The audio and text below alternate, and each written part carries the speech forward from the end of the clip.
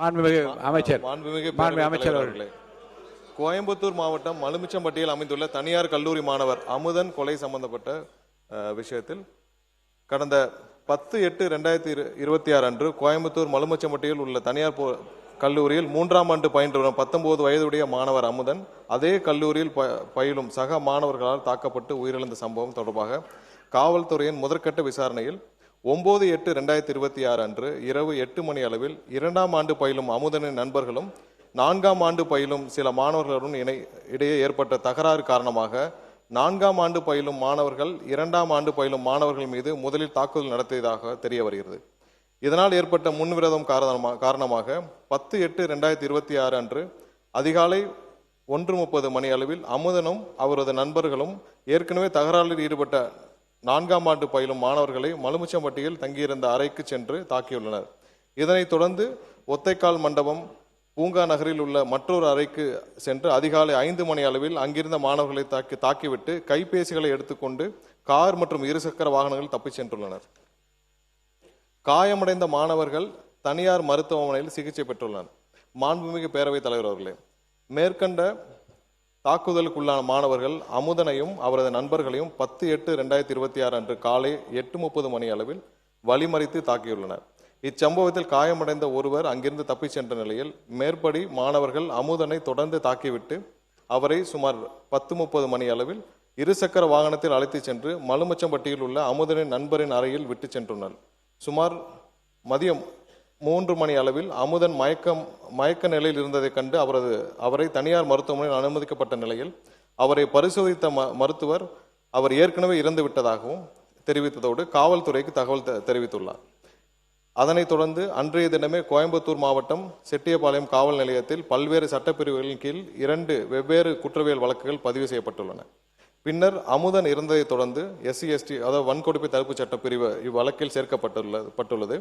பிரேத பரிசோதனைக்கு பிறகு 11/8/2026 அன்று சுமார் 5 மணி அளவில் அவரது உடல் பெற்றோரிடம் ஒப்படைக்கப்பட்டது. மாண்புமிகு பேரவைத் தலைவர் அவர்களே, மாணவர் அமுதன் கொலை செய்யப்பட்டது தொடர்பாக பதிவு செய்யப்பட்ட குற்றவியல் வழக்கு எண் 310/2026 கீழ் இதுவரை 14 பேர், நேற்று இரவு ஒருவர் கூடுதலாக இதுவரை 15 பேர் கைது செய்யப்பட்டு நீதிமன்ற காவலுக்கு அனுப்பப்பட்டுள்ளனர். மேலும் அமுதன் உள்ளிட்டோர் சக மாணவர்களை தாக்கியது தொடர்பாக பதிவு செய்யப்பட்ட குற்றவியல் வழக்கு எண் 309/2026 கீழ் 2 பேர் கைது செய்யப்பட்டுள்ளனர். காவல்துறையினரின் தீவிர விசாரணையின் அடிப்படையில் 9/8/2026 அன்று ஏற்பட்ட இரு குழுக்களுக்கிடையிலான பழிவாங்கும் நோக்கிலான தாக்குதலை அமுதனின் மரணத்திற்கு வழிவகுத்ததாக என்று தெரிய வந்துள்ளது. இவ்வழக்கு தொடர்பாக போதைப் பொருள் பயன்படுத்தியதாக புகாரிலோ காவல்துறையின் விசாரணையிலோ அறியப்படவில்லை. மேலும் பழிவாங்கும் சம்பவங்களை தடுக்க தேவையான தடுப்பு நடவடிக்கைகள் மேற்கொள்ளப்பட்டு நிலைமை தொடர்ந்து உன்னிப்பாக கண்காணிக்கப்பட்டு வருகிறது. மாண்புமிகு முதலமைச்சர் அவர்களின் ஆணைக்கிணங்க மாணவர் அமுதன் இறப்பின் காரணமாக துயரத்தில் இருக்கும் குடும்பத்தினரே மாண்புமிகு சமூக நீதித்துறை அமைச்சர் திரு வன்னியரசு அவர்களும் மற்றும் மாண்புமிகு பிற்படுத்தோர் நலத்துறை அமைச்சர் திரு வி சம்பத்குமார் அவர்களும் 15/8/2026 சனிக்கிழமை என்று நேரில் சந்தித்து ஆறுதல் தெரிவித்தனர். மேலும் வன்கொடுமை தடுப்பு சட்டத்தின் கீழ் பாதிக்கப்பட்ட குடும்பத்தினருக்கு முதற்கட்டமாக ரூபாய் 6 லட்சம் அவரது குடும்பத்தினருக்கு வழங்க ஆணையிடப்பட்டுள்ளது. மாண்புமிகு பேரவைத் தலைவர் அவர்களே, இந்த வழக்கை பொறுத்தவரை போதைப் பொருள் பயன்படுத்துவதை பார்த்து காவல்துறையிடம் புகார் அளித்தவர்களின் விவரங்களை காவல்துறையினர் சம்பந்தப்பட்ட நபர்களும் தெரிவித்ததாகவும் அதன் காரணமாக புகார் அளித்தவரை சரமாரியாக தாக்கப்பட்டு உயிரிழந்ததாகவும் எதிர்க்கட்சி உறுப்பினர்கள் தெரிவித்துள்ளபடி எந்த ஒரு சம்பவமும் இவ்வழக்கில் நடைபெறவில்லை என்பதை தெளிவுபடுத்த விரும்புகிறோம். மேலும் இவ்வழக்கு போதைப் பொருள் தொடர்பான வழக்கும் அல்ல. இது வேறு மாணவர் குழுக்களுக்கு இடையே ஏற்பட்ட முன்னுரிதம் மற்றும் அதனை தொடர்ந்து மேற்கொள்ளப்பட்ட பழிவாங்கும் நோக்கிலான தாக்குதலின் காரணமாகவே இச்சம்பவம் நடைபெற்றுள்ளது. எனவே உண்மை நிலவரத்திற்கு மாறாக இவ்வழக்கை போதைப் பொருள் தொடர்பான சம்பவமாக சித்தரித்து வழக்கின் உண்மைத்தன்மையை திசை திருப்ப வேண்டாம் என்பதை இந்த நேரத்தில் தெரிவித்துக் கொள்ள கடமைப்பட்டுள்ளேன். மாணவர் அமுதன் கொலை செய்யப்பட்ட சம்பவத்தை பொறுத்தவரையில் உண்மையை மறைக்க வேண்டிய அவசியம் காவல்துறைக்கோ அரசுக்கோ இல்லை. இவ்வழக்கில் காவல்துறையினர் எந்தவித காலதாமதமின்றி SC/ST அதாவது வன்கொடுமை தடுப்பு சட்டம் உள்ளிட்ட பிரிவுகளின் கீழ் வழக்கு பதிவு செய்து குற்றவாளிகளை விரைவாக கைது செய்யப்பட்டுள்ளனர். இவ்வழக்கினை தொடர்ந்து கண்காணித்து 3 மாதத்திற்குள் குற்றப்பத்திரிகை தாக்கல் செய்து இவ்வழக்கில் தொடர்புடையவர்களின் மீது துரித நடவடிக்கை எடுத்து உரிய தண்டனை பெற்றுத்தர மாண்புமிகு முதலமைச்சர் அவர்கள் ஆணையிட்டுள்ளார். நமது அரசு என்றென்றும் சட்டம் ஒழுங்கு பேணி காப்பதிலும் எந்தவித சமரசமும் இல்லாமல் துரித நடவடிக்கை எடுத்து வருகிறது. மேலும் பாதிக்கப்பட்ட குடும்பத்தினரும் துணை நிற்கும் என்பதில் எந்தவித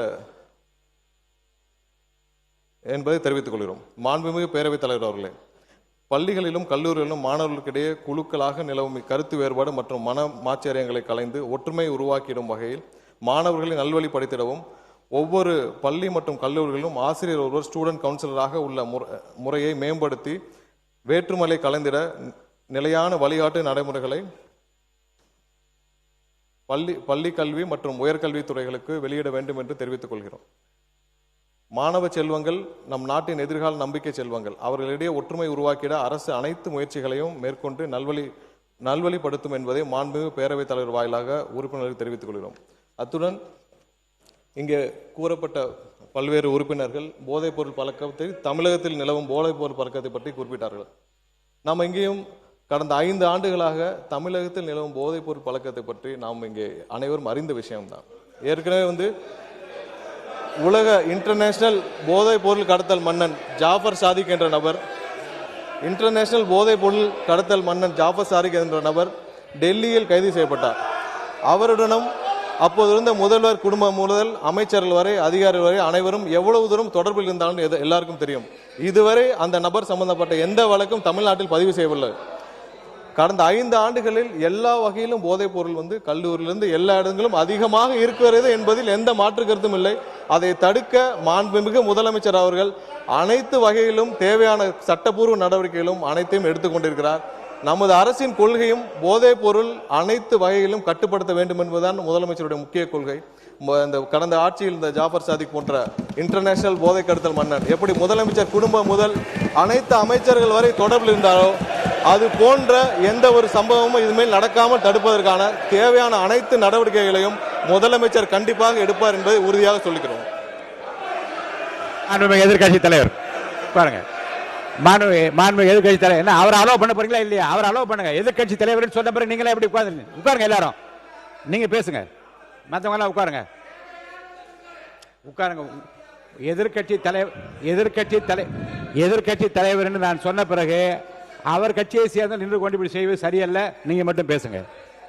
மாண்புமிகு பேரவைத் தலைவர்களே,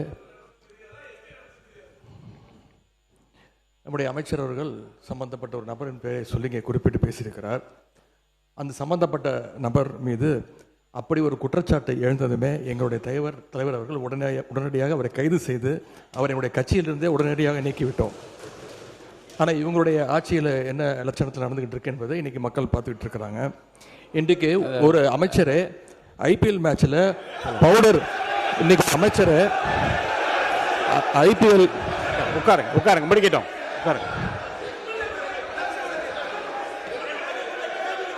அவங்க குற்றச்சாட்டு வச்சா நானும் குற்றச்சாட்டு வைப்பேன். எதிர்கட்சியில் ஒன்று சொல்கிறேன். உங்களுக்கு பேசுவதற்கு நான் அனுமதி அளிக்கிறேன். நியாயமான கருத்து எதிர்கருத்து இருந்தால் சொல்ல அனுமதி அளிக்கிறேன். ஆனால் உங்கள் கட்சியை சார்ந்தவர்களை நீங்கள் பேசி அப்படி நான் உட்கார அமைச்சர் இருங்க, அமைச்சரை நான் உட்கார சொல்லிவிட்டேன். இல்லை ஒன்று இல்லை, நான் திரும்ப ஒன்று சொல்லுகிறேன். ஒரு கட்சியை சார்ந்த ஒரு நீங்கள் என்ன மாநில உறுப்பினர் ஆஸ்டின், நீங்கள் அவருக்காக உங்கள் எதிர்கட்சி தலைவருக்காக பேசுறீங்களா? உட்காருங்க. நீங்கள் அவரை தான் உட்கார சொல்லிட்டேன்ல, நீங்கள் பேசக்கூடாது. உட்காருங்க.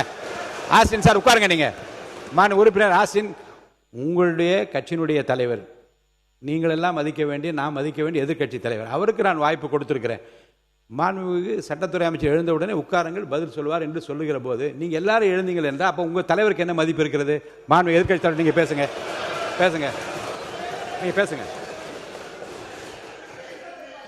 பேசுங்க.